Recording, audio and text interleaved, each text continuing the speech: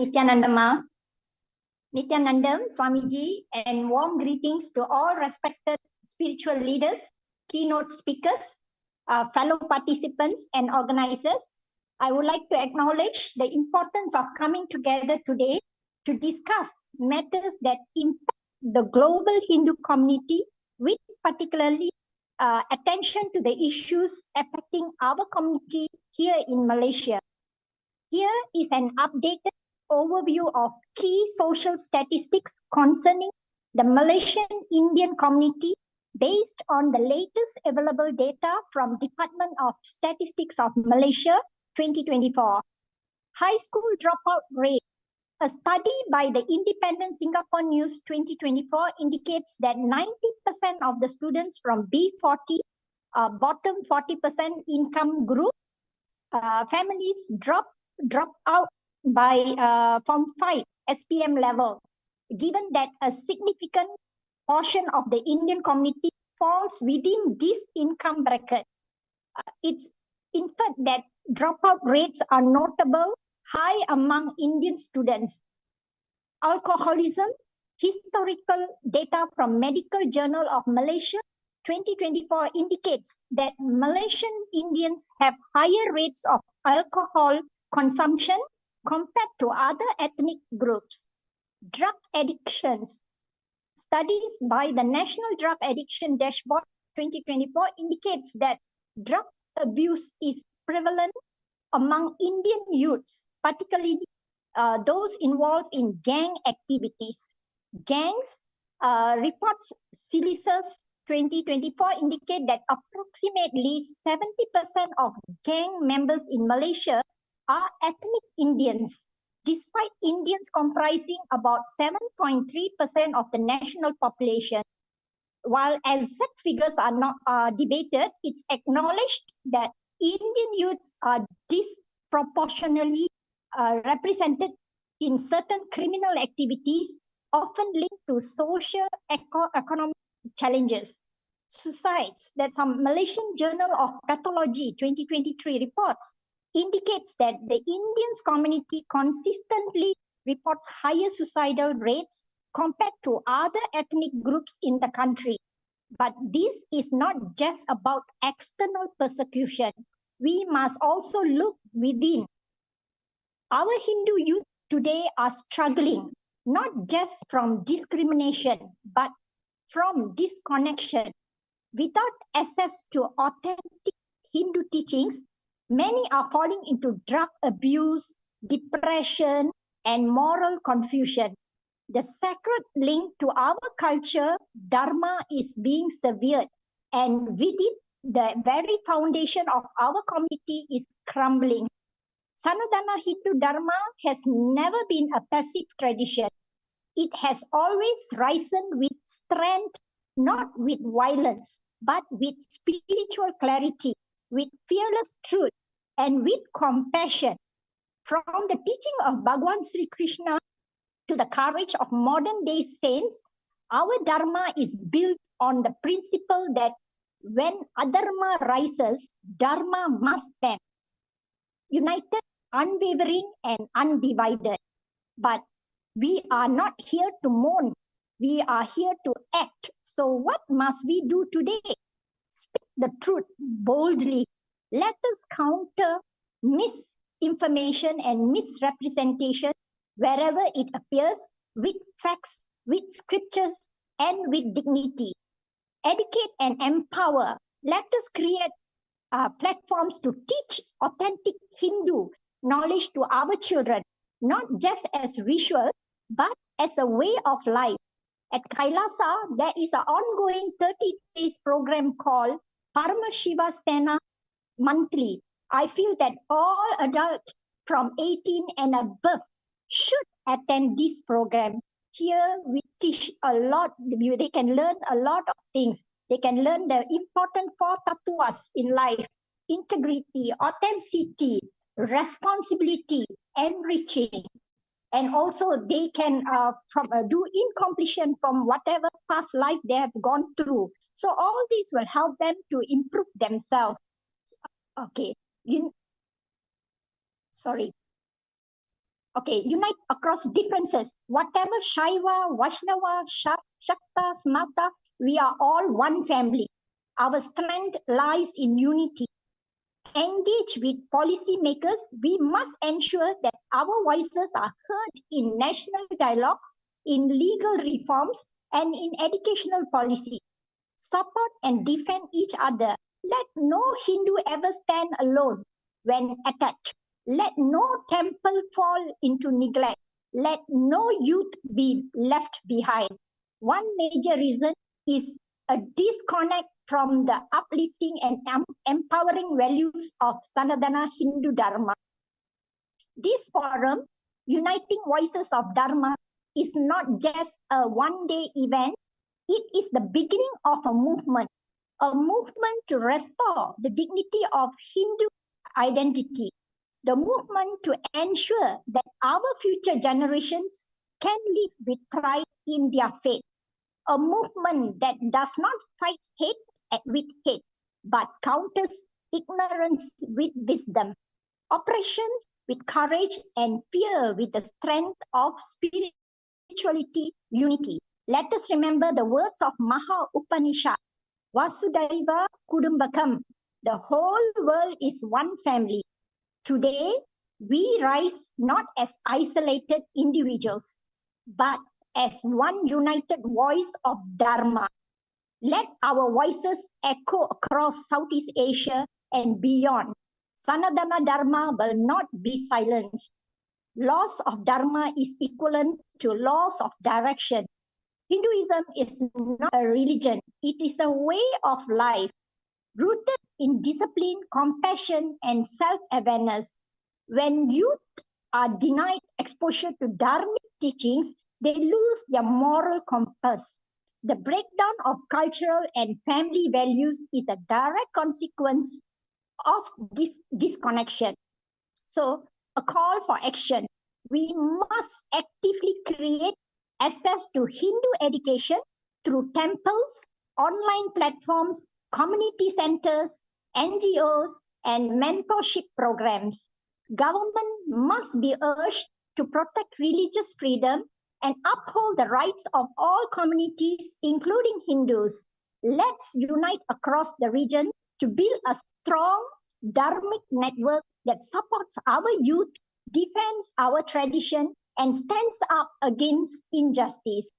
Sanatana Dharma has survived thousands of years of challenges, not by force, but by truth, inner strength, and resilience. Let us become the voice for the voiceless, the shield for the vulnerable, and the touch bearers of Dharma in this generation. Dharma Rakshati Rakshita. When we protect Dharma, Dharma protects us. May peace, encourage, and divine grace guide us all. Thank you, Nithyanandam. Nithyanandam. Thank you so much, Suguna. Very powerful and very detailed analysis and reflection on the situation that the previous guest shared regarding youth and children. So it's what I understood from your sharing. The problem is there with the youngsters and children. However, it's one aspect out of the bigger context where the persecution influenced or led to the collapse of the Hinduism nowadays. So when Hindus are not practicing Hinduism, when the society is not protecting the Dharma, the many side effects and the consequences happen, including the criminal rates, such high criminal rates in the society like Malaysia, and people getting depressed or they become less privileged population. Actually, this is a very unique phenomenon. Regularly, in all countries, Hindu descendants are one of the most contributing, successful community in the countries, like everywhere, in Europe, in US, Canada, Australia, New Zealand. However, the Hindu descendants are experiencing such great suffering, and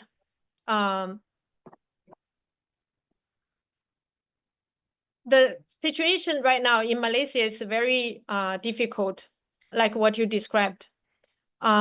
It's actually influenced from multiple paths and channels, including what you said, the media discrimination, the defamation on Hindus, as well as the system is lost. There's no protection to the religious right for Hindus in certain regions and countries. So these are all the reasons that contributing to the situation right now the Hindu descendants are facing in Malaysia, like what you described. So, and I really support what you shared just now, that we should stand up instead of being negligent Hindus. We should understand our responsibility and stand up and voicing out and tell the truth and fight for our rights and keep the Dharma alive in Malaysia. That is most prioritized from our side. And what you shared, the Paramashivasena initiative done by the Supreme Pontiff of Hinduism, is open to all Hindus, even non-Hindus in Malaysia. It's a completely free program where you are initiated into the science of enlightenment. You will be given all the best essence, the teaching, knowledge, yoga, meditation, food, everything that are revived by the Supreme Pontiff of Hinduism as the essence of Hinduism. So just by going through this 30 days program initiations, you will be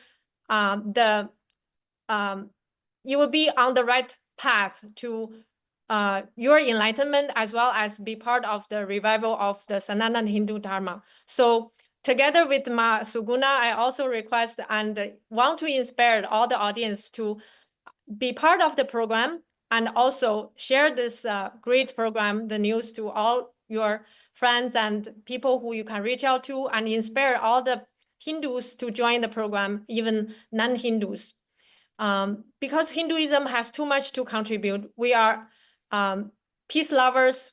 We are only contributing in all societies. We never have real conflicts with anyone. We are non-violent.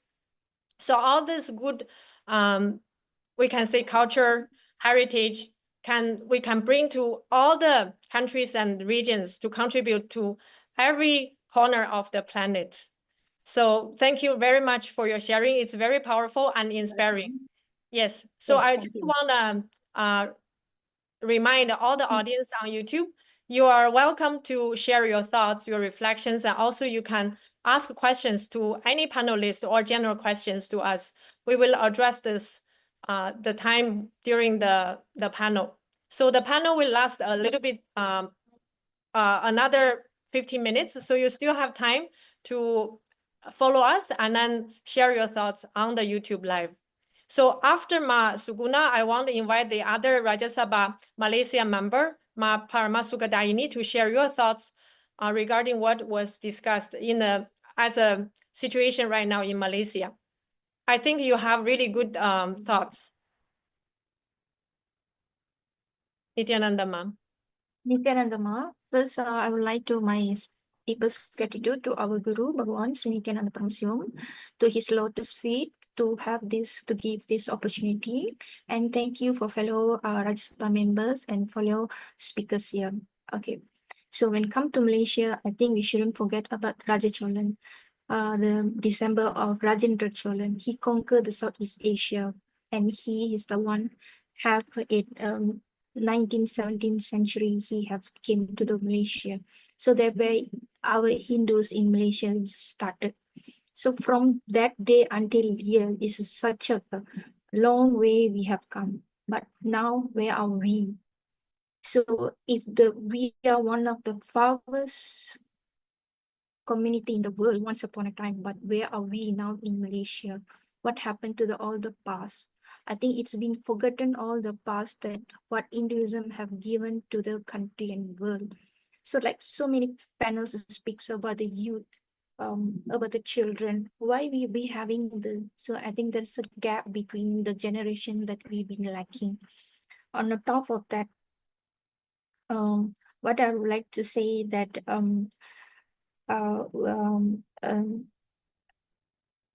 for the context of health, wealth, career, success, relationship, or day-to-life lifestyle, or how to handle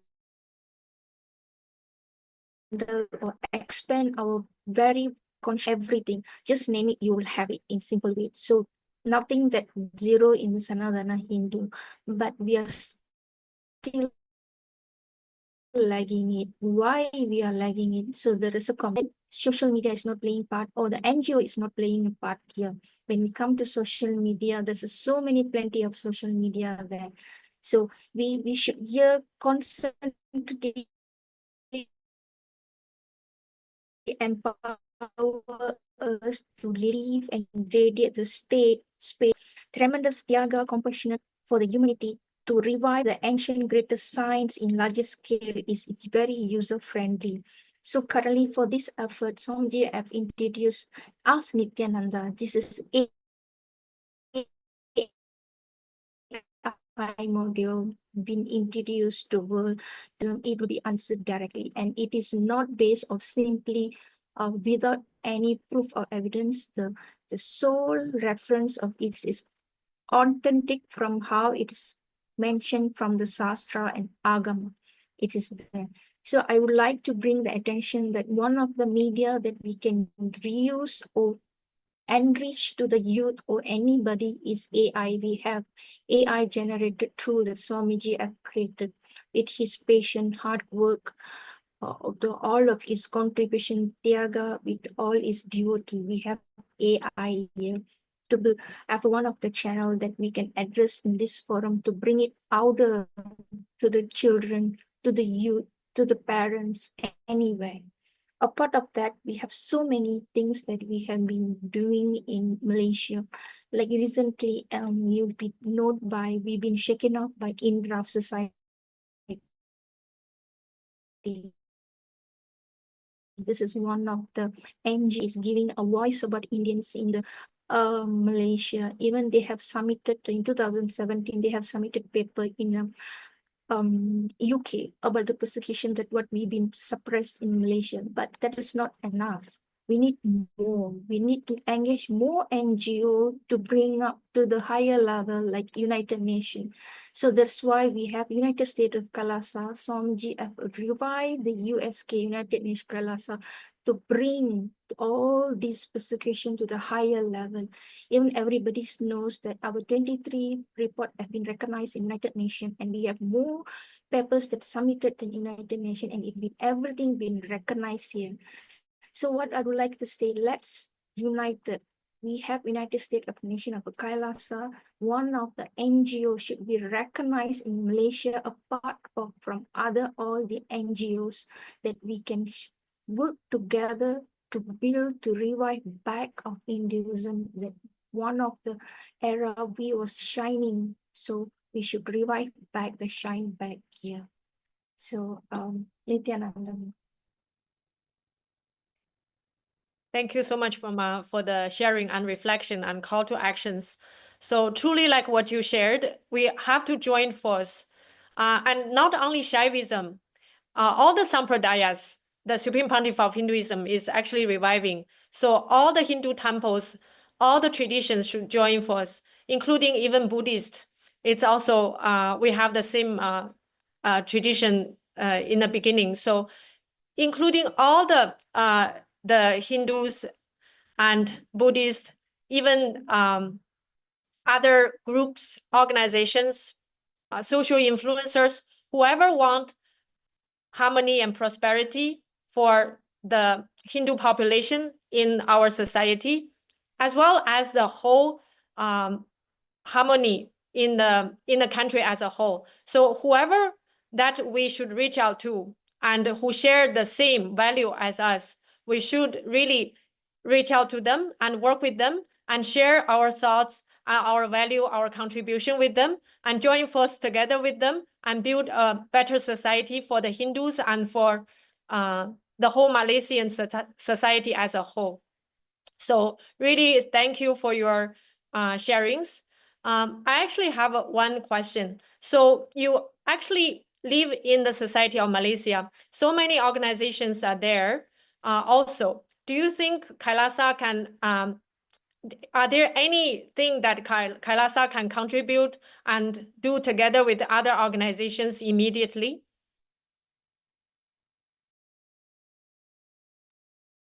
Definitely, Ma, for sure. Because we are like 24/7, we are here. Because we are here, like you say, not like Hinduism. This Hinduism this is way of living. So whoever in Dharma centric, we should together collaborate together because like when the peace aways from the world, let's say this collapse will happen, the war will happen, because we need to keep this world alive. So we need to have collaboration from every NGO to keep the peace. It doesn't matter where we come the background, the end of the day, the peace is that matters. So yeah, definitely we can collaborate with all the NGO to be more stronger, the voice to be more heard and loud. The more the merrier, the more the loud voice will be heard. So we should work together in Malaysia with USK, build a relationship, and whichever guidance that we need authentically, we should give the guidance like what we have, Swamiji is giving it. Like I doubt that heard about the Swami have given AI the first spiritual AI, which is it's really be proud to say this. You know, all the youth, young, we have any problem, stress, mental ill, everything, they can just type and ask the guidance. So we should more encourage more marketing in other saving, reach out more. So for us to reach out more, we need more hands, more voice. So we should come together for the sake of our future generation, because Hindu is the way of living. It is not a religion. So we have solution for everything. You just name it, you have it. Is the thing. Yes, Ma, we should work together. Thank you, Ma, for your sharings. So, so now we have come to the conclusion that the problems that Hindus are facing in Singapore, in Malaysia, are due to different reasons, including the media deformation, the system discrimination in different areas, and also the negligent Hindus that we don't keep our tradition alive. We are not reviving. We are not feeling responsible for the loss of our heritage. So all this are contributing to the reality that we have lost our right, we have lost our pride, we have lost our dignity.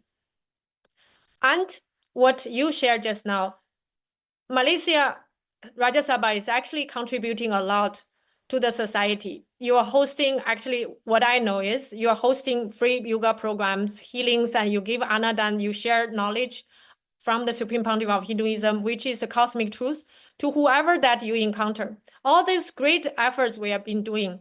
But the only thing missing is that we are not uniting all the forces to join together, to build the future together. So that is something I feel all of us can bring back to our daily work in the future, especially the Rajya Sabha of Singapore, Malaysia, as well as other Rajya Sabha members who are watching this live.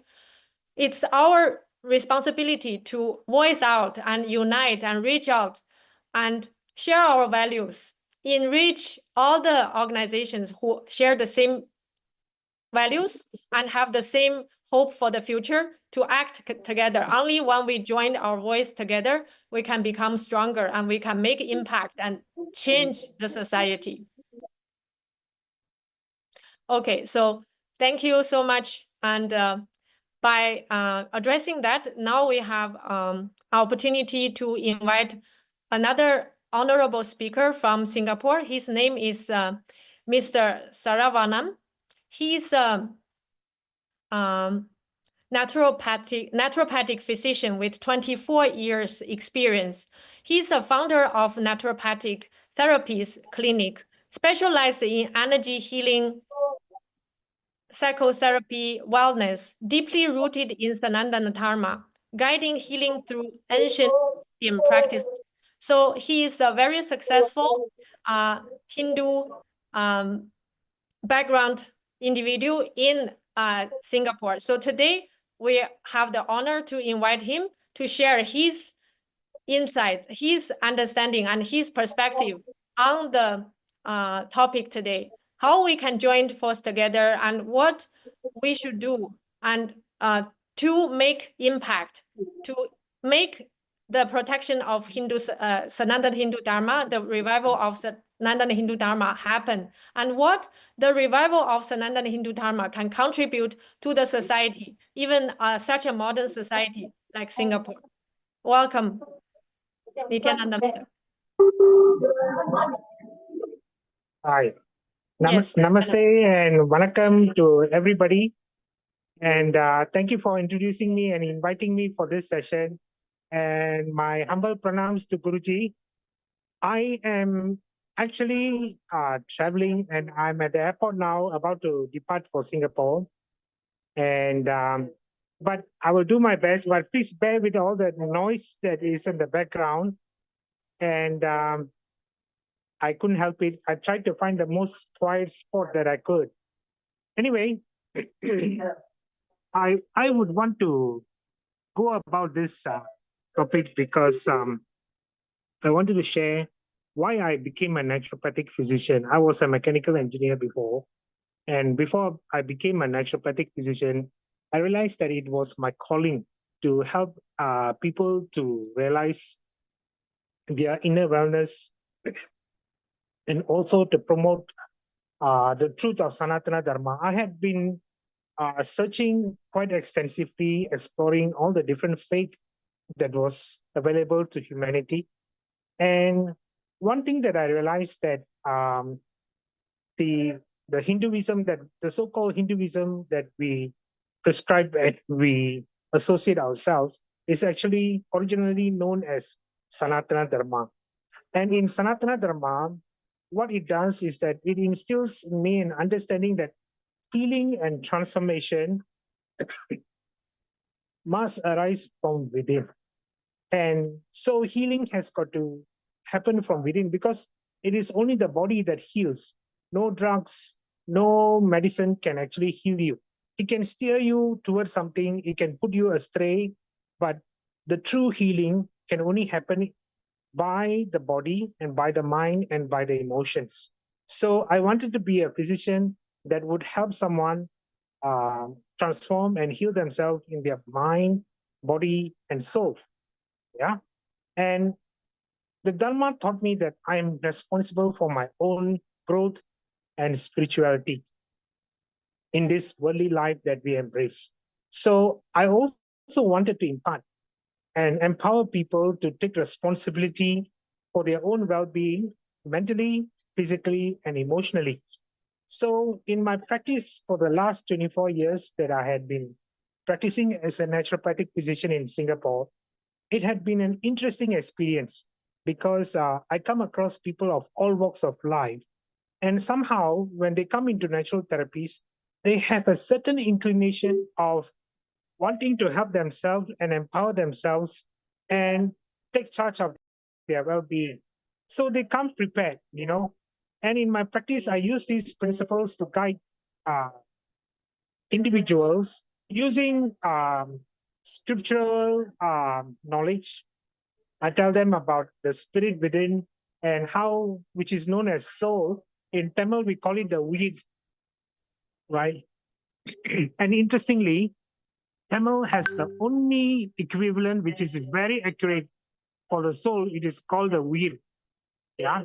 And even you ask a little child, you know, hey, when your grandfather passed away, he said, Tata weed pochi, you know, that means the grandfather has passed away. Yeah, his spirit is gone. But in English, spirit, it has got multiple meanings. It means ghost, it means alcohol. It can also mean the soul within. But in Tamil, weed is the only precise word that represents the soul, the spirit. Yeah. And I wanted to instill and empower people to know the science and the mechanics of the spirit, their soul, or the will. And in the process, they start to remove all the misconceptions that they had and start to embrace it and empower themselves. See, Sanatana Dharma is actually a very inclusive faith. It is very universal. And I would say that it is the Adi Dharma, because before anything else came about, there was this faith, which is called Sanatana Dharma. You see, in every other faith that you have a pivotal point. There is a representative like Prophet Muhammad, there is Jesus Christ, there is Buddha, Mahavir. So they came and they did what they could to propound a way of life. And in fact, actually, all of them had learned Sanatana Dharma, right? But when you look at Sanatana Dharma, there's no one singular person who we could attribute and say that, this faith came about because of this person. We cannot attribute it to Adi Sankaracharya. It goes beyond that. Yeah. So because it is going beyond that, it was an eternal and a universal religion. Actually, there's been a research that has been done by Dr. Satya Priya in the Delhi University, where I was fascinated and mind blown by reading her thesis, because it explained and she discovered every country was actually a Hindu country. Philippines was actually known as Pilayappan. Yeah, the country was known as Pilayappan, and it evolved and became Philippines as what we call now. And Singapore, we attribute it to Sang Nila Utama, who call it Singapura or Singapore. But originally, it was known as Singapuri because there used to live a king, and Singapuri was actually the epicenter for the region, and it was a capital for Indonesia, Malaysia, Thailand, Cambodia, and the world. And this king is actually King Narasimha. He looked like a man lion. He was so fit, very tall, and he was known as Narasimha. And because he looked like a lion, this country was actually called Singapuri. So the name is not something that was found in the 1800s. It was way beyond. I would encourage all of you all to read that book, And this Hinduism that we all attribute now is actually a faith that was created by Max Muller. Very sad to say this. You know why? When the British East India Company took over India, they saw a thriving, culturally vast and empowered country where they cannot put their foot on because they were so limited. The only superior thing that they had was guns. The others were all using arrows and swords and shields. So they were able to manipulate people by just shooting them, So all the great warriors who were wielding the sword and everything, they were all shot down. So people started to fear these weapons, and they started to occupy India. And the only way to subjugate and subdue all these people was to create a concept. So over a few hundred years, this is what they did systemically and successfully. So they paid 500 pounds to Max Muller and asked him to write the history of India.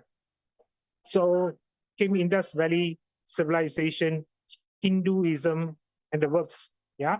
And in that process, they divided the people.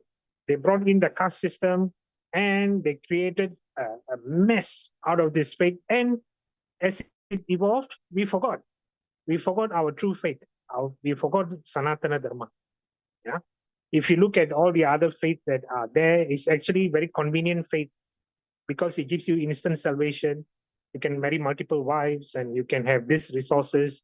And they're very so organized because they can give you all kinds of material support. When you join their faith, you'll get biryani, you will get, you can get your house painted. You can come out of poverty just by joining the faith. And it was a faith of convenience. And they were also faith of fear. They instilled fear on people, and they have done this successfully. If you look at history of India and what happened in Punjab and the works, how they had to fight and to stand for their faith. They literally put the knife and said, hey, would you convert or not? Say the name of God according to their faith. And if you don't, we will kill you. So this has been going on and on and on. However, we're now in a space where we fear what is going to happen to our faith, what is going to unfold, how it is going to change, and what are we fighting for? Actually, there's nothing to fight for. All you have to do is to realize that you cannot hide the sun. There will be darkness, but light will come back again. There's no way, you can block this Sanatana Dharma. Why? Why I say this with such a conviction is because we as practitioners of this Dharma, we have to transform ourselves, stop spinning from your spot, so that when you spin, you're actually experiencing day and night, and you're actually messing yourself up in your mind, in your emotions, but you need to spend time to do and learn. So in my practice, I encourage my clients who are open to embrace a guru. A guru is actually in every faith. You have it in the, I will start in a Islamic faith. You have the pastor where you can reach out to and make confessions in the Christian faith. You have the guru in the Buddhist faith, and we have guru in our faith as well. Guru parampara, where we come in to embrace the divine wisdom, and it can only be imparted by the guru. It cannot be imparted by anyone else. And so when we serve the guru and listen to the empowerments that he gives us through his sharings, we are invoking the wisdom that is innate within us. We actually know everything we need to know, but it needs to be uncovered. And only a guru can show you the path and enlighten you and awaken you. So we need to serve the guru. We need to be awakened by the guru so that we can experience this wisdom. And after that, we need to do Dharma, because Dharma is a very essential part of our life. It's God's work, feeding the poor, feeding helping the destitutes, feeding and clothing them, giving them medicine. It is something that I do. I have a trust called the Spark Trust, and every week, whatever that I've earned within that week, I put aside some sum and I send it to the trust to feed the poor. We have Nithyananda that is happening now.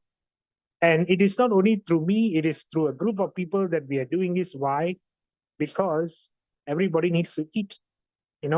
We are not in a space where sitting and say, hey, this fella can work and, he should get his own food and he should work for it. No. Why they are queuing there? Because he cannot work. He cannot find something to do. And because he cannot find something to do, until he finds something to do and realize it, increase the ATP within yourself. Increase the Dharma consciousness, become an ambassador of God, a co-worker of God by doing Dharma. And I invoke this in my clients. You want to heal? You cannot just simply take medicine, do exercise, and eat right, and sleep well, and drink water. And this will not only help, but you need to invoke and cultivate faith in yourself. Go and help someone. Do Dharma to feed people. And if you are blessed, I tell you, to get a guru, it is not something that can happen automatically. It's not someone you will go on the internet and find, Google search a guru and try to listen to all their YouTube videos and all this, and you become enlightened. No, it will never happen. You have to be in the presence of a guru where you can ask questions, and guru will ask you questions so that you can answer, and he will respond, and you become enlightened. So you must be blessed to have a guru. If you are not blessed to have a guru, no matter how hard you try, you will not attain salvation, because guru is a representation of the divine. So in Sanatana Dharma, this is embedded within us. We have it in our system. We have it in our life to embrace it and practice. And more people are coming to embrace Sanatana Dharma because it is inclusive. It is not an exclusive religion. Today I was at a church setting, and they openly sing that Christian faith is the only faith that will give you salvation. and everything else will not take you to the thing because they are such of a lowly energy. They have to say all these things to invoke a sense of fear in people, a sense of doubt in people, and confusion. But in Sanatana Dharma, it doesn't tell you anything about any other faith because all those faiths never existed when Sanatana Dharma was around. So there's nothing bad to talk about, but there's only good to talk about Sanatana Dharma. So my encouragement to anybody, don't be fooled. Don't be taken astray by all those people who are out there who are talking to you or sharing information about their faith and encouraging you to come and join them for some paint job or some job or some biryani or something like that. And don't go into all those things, but become an self-inquirer. Invoke your wisdom because that is the only thing that can take you to salvation, nothing else. And so I make use of this opportunity in my practice, and I embrace this. And the reason, trouble that we have with in India and Pakistan and, all those drama that unfolded where people got killed because they were Hindus, but they actually not Muslims. They were terrorists. So we are responding to terrorists. We are not fighting Muslims, but it happened to be a Muslim country now. So people get excited about Islamization and sensitivity of fellow Muslims and all. But there are people who don't agree. I have many Muslim friends who are also embracing Sanatana Dharma. They are vegetarians. They don't practice killing of animals and they embrace a truthful way of life, because the faith also came from Sanatana Dharma. I'm proud to say this because you cannot deny it. Yeah. So if you really think that somebody is questioning your faith and they're going to belittle us and all this, maybe it is right time you start to reflect on your own faith and start to embrace. Pray for a guru to appear in your life, a true guru who will steer you to Dharma and Dana. When you embrace Dharma and Dana, then you will embrace a true experience of the divinity. Yeah. And thank you very much for taking me on board to share this information. And please pardon me about all this noise that is there. I couldn't help it. But my humble pranams to all of you all who had me on board, Ma Durga and Miss Po and Nithyananda Paramas Shiva. Swamiji, I met you a long time ago in the Himalayas once. We were passing by. I saw you on sitting on a horse and you were going by. But it was a wonderful experience. There's a powerful charge. There's a beautiful energy. Despite all the drama that has unfolded and all the image that it carries, who cares? We only want to hear the truth. And truth can come from anyone. And embrace the truth, evolve, because evolution is something that you have to work on. You have to walk your own mile.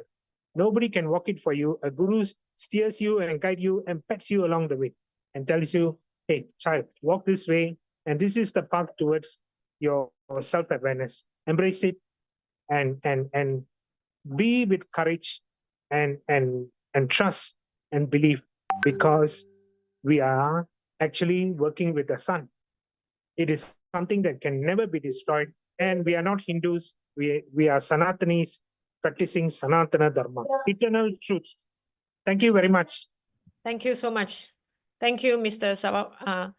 Saravanan. Thank you so much for taking time, and really apologize to rush you. Now you're traveling. It's a public holiday in Singapore. Thank you so much for even this. You're taking time to join the forum and share your thoughts. It's really beautiful thoughts and very inspiring. Thank you so much for the really good opinions and the ideas. Actually, so many things that you shared really reflect the same, what the Supreme Pontiff of Hinduism has already shared and agreed. So like what you said, Hinduism is for everyone. It's not barely a religion. It is actually a lifestyle. So whoever want to practice the lifestyle, they are welcome to join. And also, you mentioned all the countries are Hindu countries. This is also true. The Supreme Pontiff of Hinduism actually revealed that in the Mahabharata time, 5,000 years back, actually the Bharat, the Hindu nations are 56. They are crossing from Southeast Asia, today's Southeast Asia, all the way to Afghanistan, for example. Actually, so it covers really huge area of the globe. So only because of the continuous persecution, we have lost that reality right now. But it's actually all of us in this area are Hindu descendants, including Chinese people. We have Bodhidharma, we have Buddha. So all these are in our genetic and in our gene and our traditions as well. So this is proved to be true, what you shared. And finally, what you shared, very interesting because of your background. You are psychotherapists, natural psychotherapists, that you mentioned the people suffer mentally because they lost the tradition, they lost the religion. Actually, this is also spoken by the Supreme Pontiff of Hinduism many years back. He actually said that Hindu descendants suffer the largest number of heart failure. The reason is because they dropped their tradition. So it's such a shocking reality, but it's true. And it's approved by the Supreme Pontiff of Hinduism. So now today, by the sharing from you, we understood it's not only heart failure. By giving birth to supposedly to live the lifestyle of Sanatana Hindu Dharma, when we drop it, actually our bio memory, our gene, all this, our consciousness all get so much sufferings, even leading to psychological, mental diseases, and even heart failures. I can imagine even other types of physical and mental problems we will suffer. So the solution you gave is so true.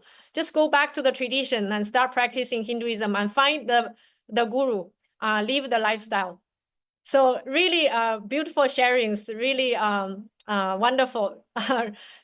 So grateful for your time. Thank you so much for coming. Thank you, sir. Thank you. Thank you. Om Namah Shivaya.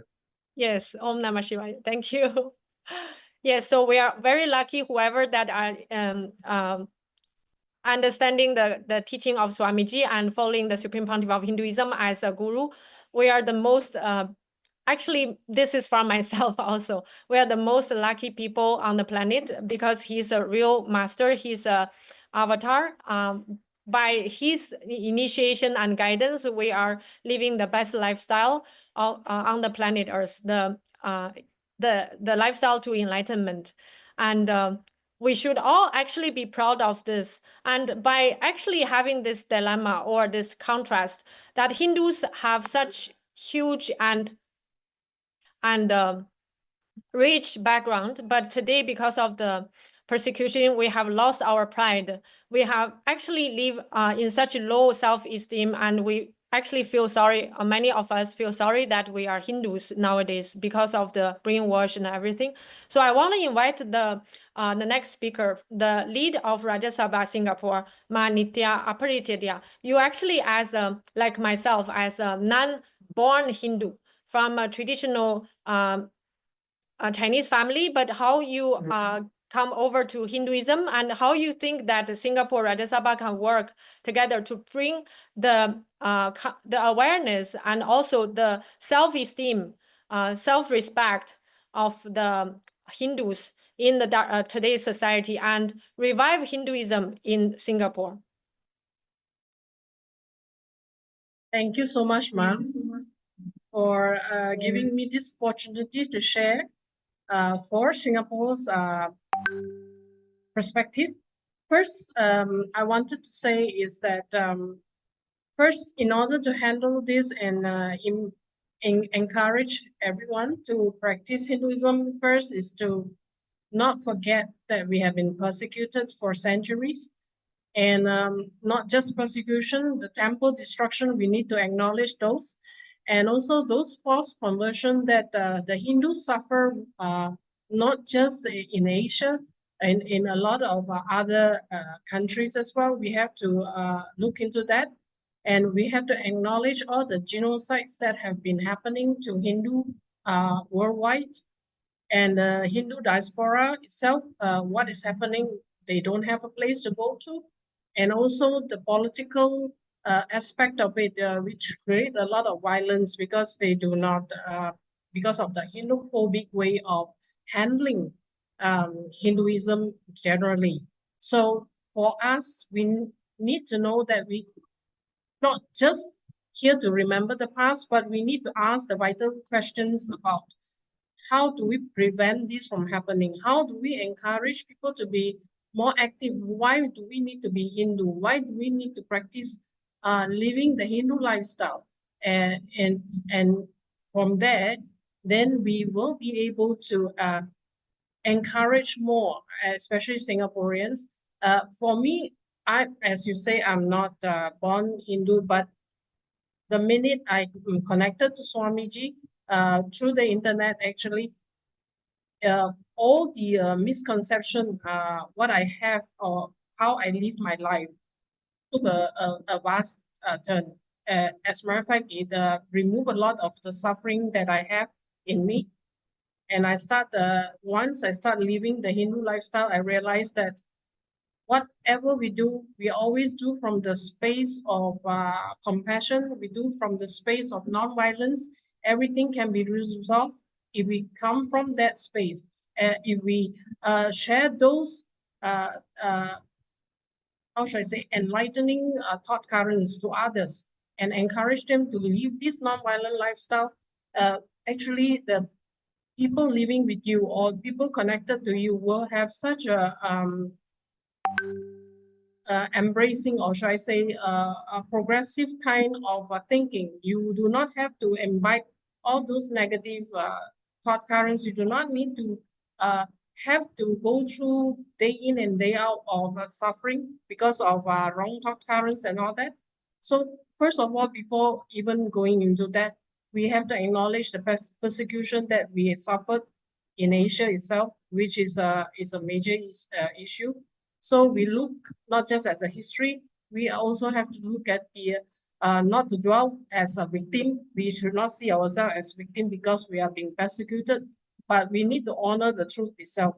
So what we have been through, all these centuries, all the invasions that have been happening by colonization, all the ideological warfare that Hindu has to go through, and all the temple being destroyed in India, day in and day out, hundreds and hundreds of temples being destroyed. We have to acknowledge that also, and all the psychological warfare that has been put through us by the Hindu mystic entity, constantly day in and day out by these people. How do they do it? Through the social media.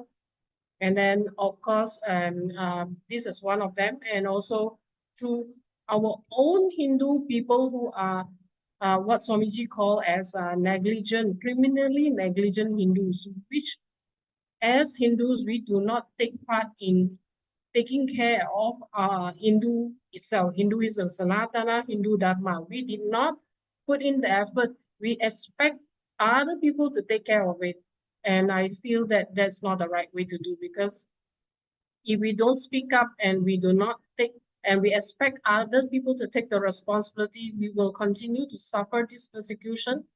We will continue to have people keep on telling us what to do, and we will never be able to stand up. We will never have a place where we can call our own, because everybody will say that, well, you can be sidelined because you do not think that your what you are living as Hindu, Sanatana Hindu Dharma is not important enough. You feel that, you know, you do not have to protect it. Somebody has to do that job. As what Swamiji say, if we don't do this in the next generation, we will lose Hinduism totally. We do not have anything that we can protect us, or we can even get enlightened with. He said only Hinduism can get everybody out of suffering and get enlightened. Without that, even the next generation will lose hope.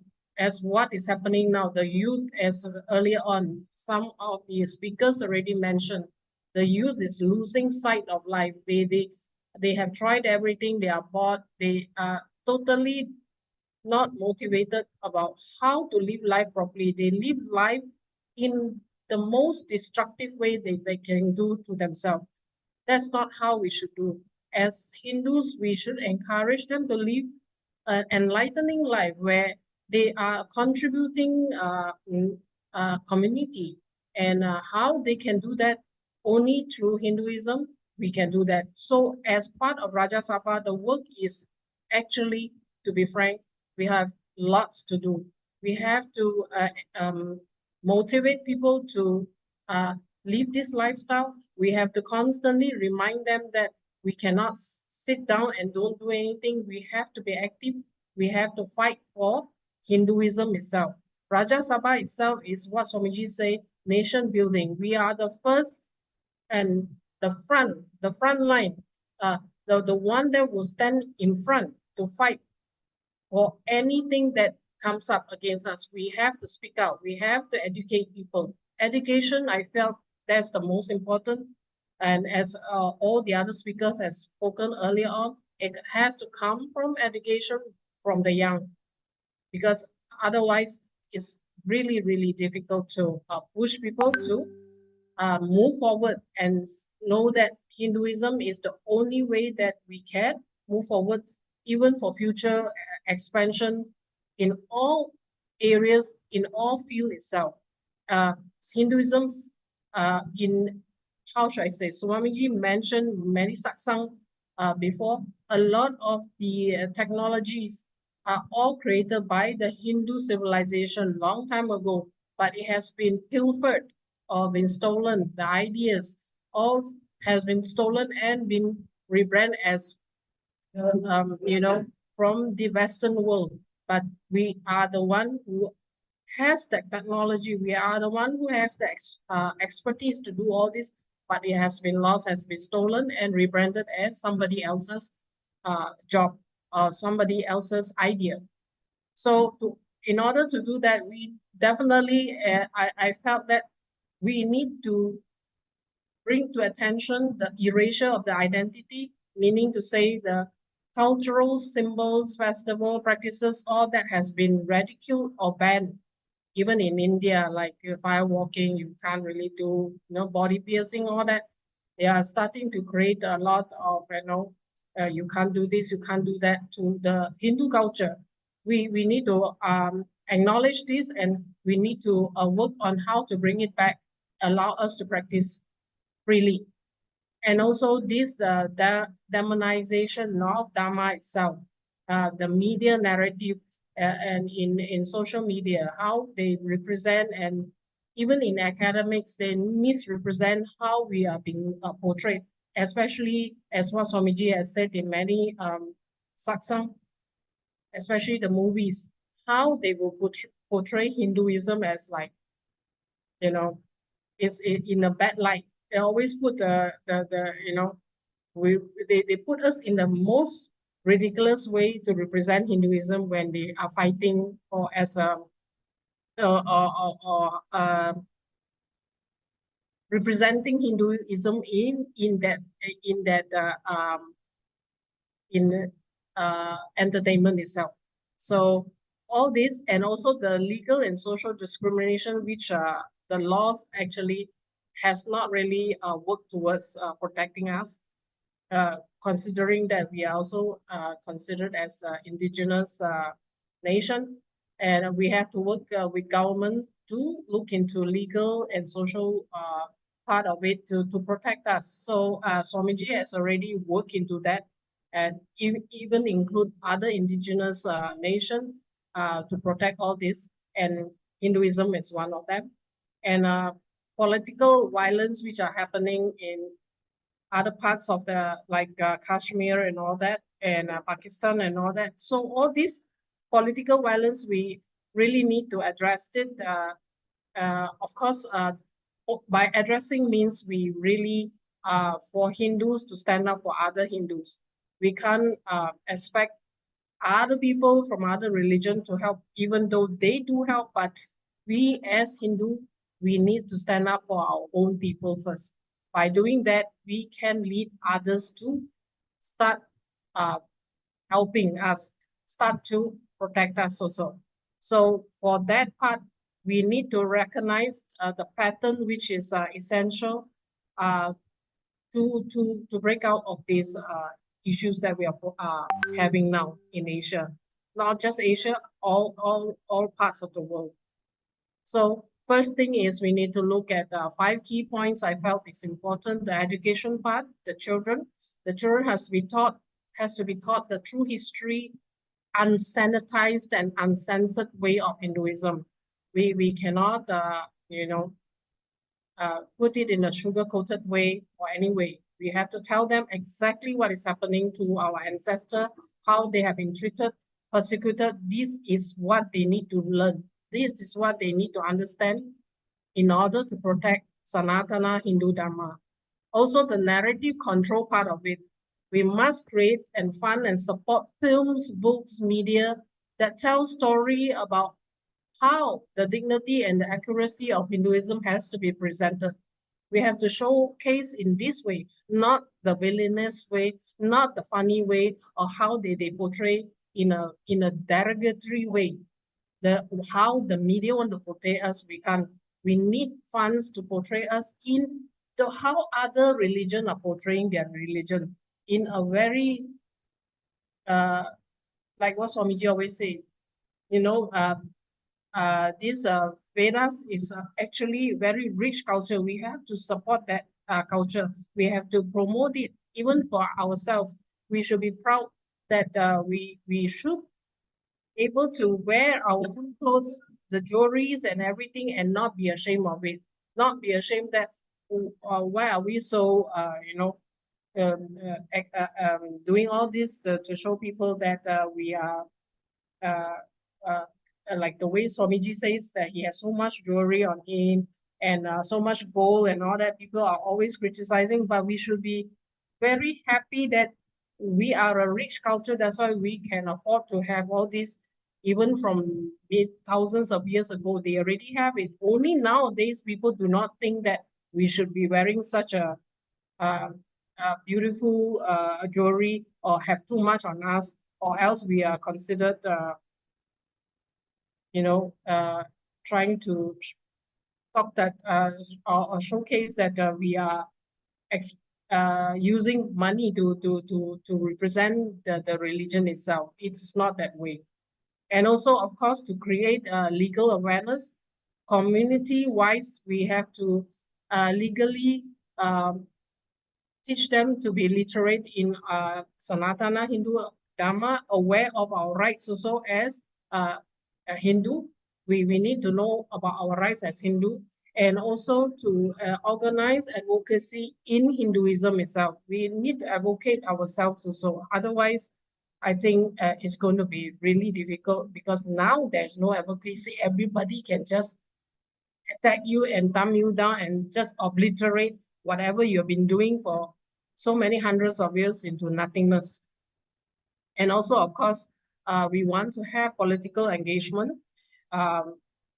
In Singapore, especially, we don't have much of that. So we still have a long way. We really need to work on that and try to have reshaping of the policy to include this into educational institution, and also to build more influence on how to promote Hinduism, how to promote Sanatana Hindu Dharma into our daily lives.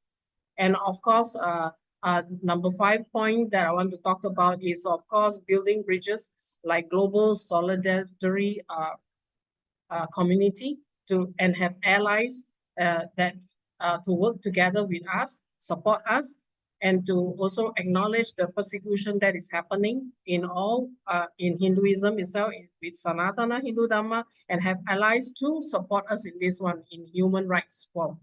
So this is what I wanted to share.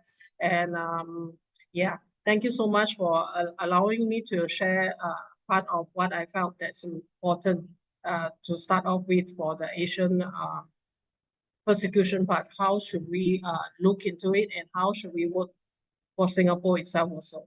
Because currently we still have lots to go for Singapore to work into that direction. Thank you so much. Yes, thank you so much, Ma.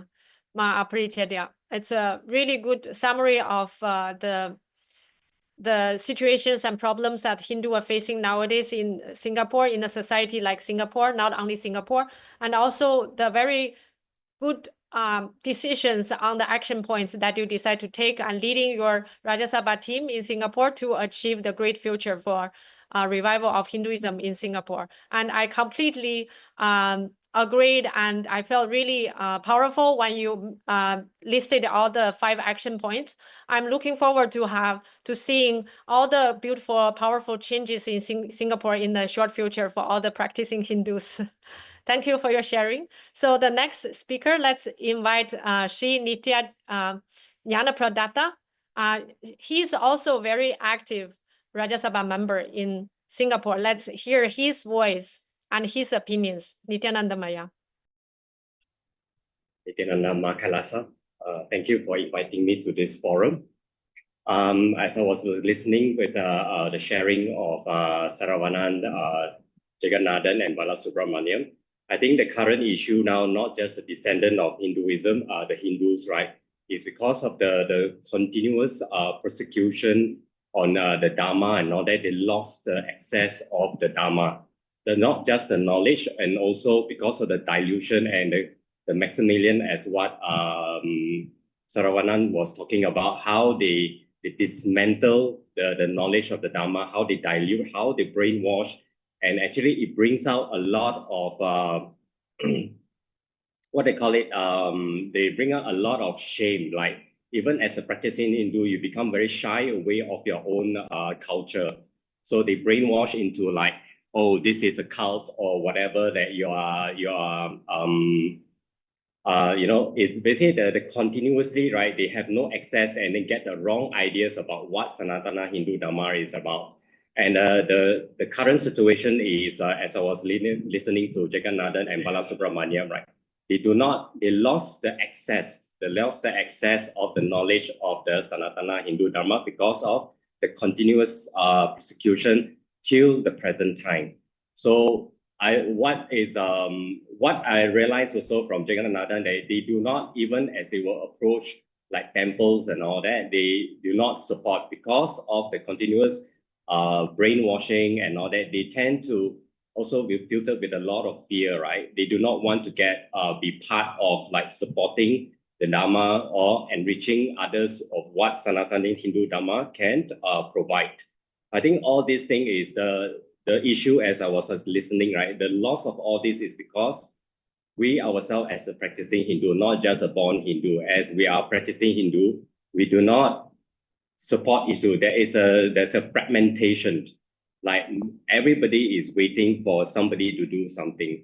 I think that is the reason why Supreme Pontiff of Hinduism, he decided to build a KAILASA nation, a nation, not just a sovereignty land. It's a nation that for Hindu have the ability to practice Sanatana Hindu Dharma without dilution, without being persecuted, without being attacked. I think because of that, right, that is the reason why he wants to build this nation. His nation is not based on border, but a space for practicing Hindu without having the fear of being attacked or regardless where you are and all that. I think that is very important. Even not only that, but by making the ability to have access to the Dharma, like using the digital media, Ask Nithyananda, AI, all this, like working on the consciousness. So like for what Jagannathan, right, how do we access the ability for the youth, like the current youth, like their low self-esteem, their self-destructive lifestyle is because they lost the knowledge of what the Dharma can offer, what the Dharma can do, the consciousness, the conscious furthering, the conscious expansion. All this, the current issue of the youth is also because of the continuous persecution, right? Even the parents, they lost the knowledge and what the Dharma can give. So they become shy away. They felt like, oh, this is not important because of the consistent persecution on the Dharma. They make it like they give you the wrong ideas. They've been brainwashed. Okay, you don't need this. You like instant by other beliefs and all that. They give you like an instant solution, but it's never like deep rooted where it actually built you, not just your body strong, but also the consciousness built on powerful cognitions to live a powerful life, not a destructive life. So that is the thing also for Supreme Pontiff of Hinduism. He has the vision of reviving all this and how to reach out to all these people where they want to have access. What is the meaning of the ritual? Why you are doing this? Everything for the rituals and everything that we are performing, not just a temple ritual, even the dress, the jewelry, everything has a science to it. There's a science of how to continuous keep us to have this conscious furthering, conscious expansion. So that is my thought, Karan. I think for the current situation that we need to do the groundwork. We need to build relationship in all areas. It's not just, we need to build relationship with the temples. We need to build a relationship with the countries. All this, we have to do the groundwork. We cannot wait for anyone else to, somebody else to do something. We have to step up. That is why Supreme Pontiff of Hinduism, he built this Rajya Sabha is for us to build the nation and also what the Dharma can contribute to the society, not just for practicing Hindus, but to anyone that was interested in the science of enlightenment. Even for the science of enlightenment, it's not just for a specific beliefs and all that, it's for everyone, which is inclusive as what I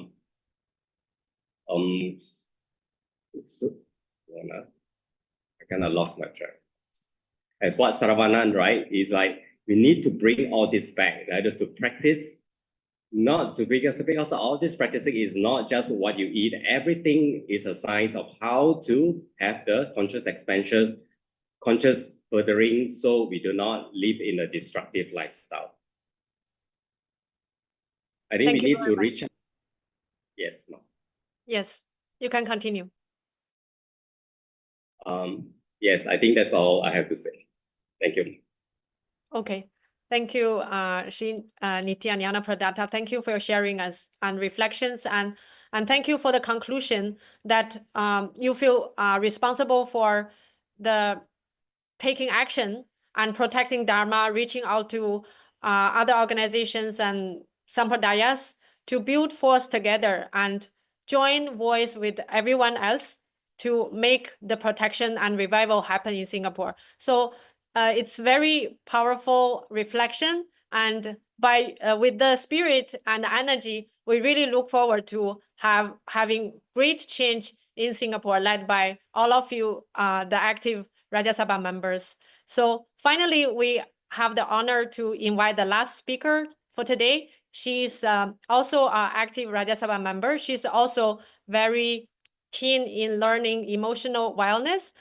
She's a very active speaker and volunteer. She's also an experienced relator. So her name is Ma Lo Pu Yu. Welcome, Ma Pu.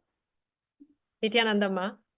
Nithyananda, yeah, I would say, dear brothers and sisters, today we stand united as KAILASA takes the initiative to actually bring all our passionate voices together around the world and in Asia to actually speak about this sacred duty that we all share, the protection of Dharma. But first, perhaps let me just set it in a very simple common man in a global context. Going back to the recent terrorism attack in Kashmir in April, we have to be very clear, okay, that this terrorism attack, of course, is an act of senseless violence, it's barbaric violence, and if we think about it, it's ridiculous that it's happening in 2025.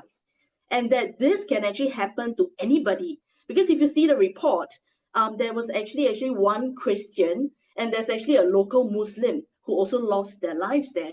So one moment, at Kashmir, one moment you could be holidaying, and then another moment, you may not be able to come back from the holiday. So when I saw the news, it was really shocking. And this can happen to anybody that we know, even our loved ones, our family, our friends. So This is really, really very shocking. And this sets the context that this is a global issue. We really, you know, it's not just for Hindus. In fact, this is a human life. You know, every human life is a precious life. So this Dharma, what exactly is it? Right, this actually sustains, you know, our harmony, our balance, and it encompasses truth, compassion, and of course, for non-violence as well. So yeah, so I would say that we really need to urgently impart the knowledge and to empower everybody, including all our future generations, to actually uphold these values. So we have to have dynamic activism and engagement in community service. We need to bring together this global awareness and to voice out against injustice, against discrimination and oppression. And again, I mentioned, this is not just about Hindus, this is about humans. And if I may bring it into the context of Singapore, even our Prime Minister Lawrence Wong, he said that he also wants to see a lot more racial and religious harmony, and how we all can come together, you know, to bring harmony in Singapore. And of course, you know, this will go regionally and also worldwide as well. So this is definitely one, message of peace and unity. So, and of course, in our digital age, we have to leverage the power of the media and the technology. So of course, this is another big topic that definitely we can save. In fact, there's just I'm so excited hearing everybody sharing, and this has actually, you know, it can actually spawn a lot of subtopics that we can discuss. And there's so many, you know, fantastic views, so many experts around here. So yeah, so just to sum up, yeah, I would say that we really have to, you know, in our digital age, we really have to use also, you know, all these digital tools to actually spread the awareness and to counter misinformation. We need to use these tools to amplify the voice of Dharma and truth. And Dharma is actually the foundation of our existence. It nurtures our spiritual growth. It fosters peace. It creates a harmonious society. And yeah, like all of you said, we are living in a world that is driven by chaos and materialism. So the only way, you know, to ensure that we continue to have love and respect and understanding is the way is to uphold Dharma. So I would strongly and warmly encourage everybody, let us become a strong collective force that embodies and protects Dharma. Individually, we are bright sparks, but together we will shine together on our world. And so heartfelt thanks to each and every one gathered here today. Keep loving, keep shining. Nithyananda. Thank you. Nithyananda, thank you for your sharings. What you shared was true. The conflicts and terrorist attacks are happening on different levels in different regions against different groups of people. And I just want to address that the recent Kashmir attack, during that attack, the 26 Hindus who were killed, actually they were identified to be Hindus and unpurposely being killed by the terrorists. So this is a religious persecution done on Hindus on purpose. So by sharing this detail, I just want to remind all the Hindus that we cannot dilute ourselves thinking that we are one of everyone. Only Hindus are experiencing 2,000 years silent persecution, only us, not other races. So the situation we are facing is too serious, and we are at the edge of losing Hinduism. So if we don't wake up today, if we don't stand up and voice out and start working on reviving and protecting Hinduism, what Mapu has shared, the beautiful Hindu Dharma will not be there. Actually, when we revive Hinduism, more and more people being enriched by the Hindu Dharma, people will all become non-violent and loving, contributing to the society. So it's only good for all countries, for all cultures. We never have any purposely having any conflicts or fight with anyone. because we stand for oneness. This is our core understanding of the truth. So by sharing that, I want to conclude today's forum. Thank you very much for all the honorable guests, the Rajya Sabha members from Malaysia, Singapore. So as the forum draws to a close, we live with the sobering truth and renewed responsibility. So the Hindu Holocaust is not just a tragedy of the past. It is an ongoing crisis, still ongoing, that demands our urgent and united response. Across the Southeast Asia region and the world, Hindus must rise not in anger, but in awareness, courage, and unwavering commitment to the Sanatana Hindu Dharma. So like what Ma Aparicya just shared, we have to decide after the forum to take responsibility to educate our children, protect our youngsters, the next generation, educate everyone about the truth about Hinduism, uniting all the voices to voice out and share the truth to the whole society. Use legal action, use legal protections to protect Dharma, protect our rights, and finally join voice to unite everyone to work to make Dharma happen and to advocate, to work with the government in our local regions to systematically rebuild the support in the system, in the country, to support Hinduism to grow and revive. So all these responsibilities we should take. So we do not live here just with inspiration. Let's all live with responsibility. Let this forum not be the end of a conversation, but the beginning of a movement. It is time for everyone to wake up, time to unite, time to radiate Dharma. So this forum is only a beginning of the initiative that is held by the Rajya Sabha in Southeast Asia, including Singapore, Malaysia, even Taiwan. We are going to continue the work to bring up the awareness and rebuild Sanatana Hindu Dharma in this region by multiple approaches, including the future series of forum like what you watched today, and more actions offline. So we really want everyone to join us to support the Rajya Sabha of KAILASA in this region, and let us all join force together and make it happen for people in this region, for Hindus and everyone in this region, in Southeast Asia. Thank you all for watching today. We'll see you in the next occasion. Nithyananda. Nithyananda. Thank you, Ma. Thank you, everyone. Thank you. Nithyananda Thank you Ma. so much. Thank you. Thank you. Brilliant.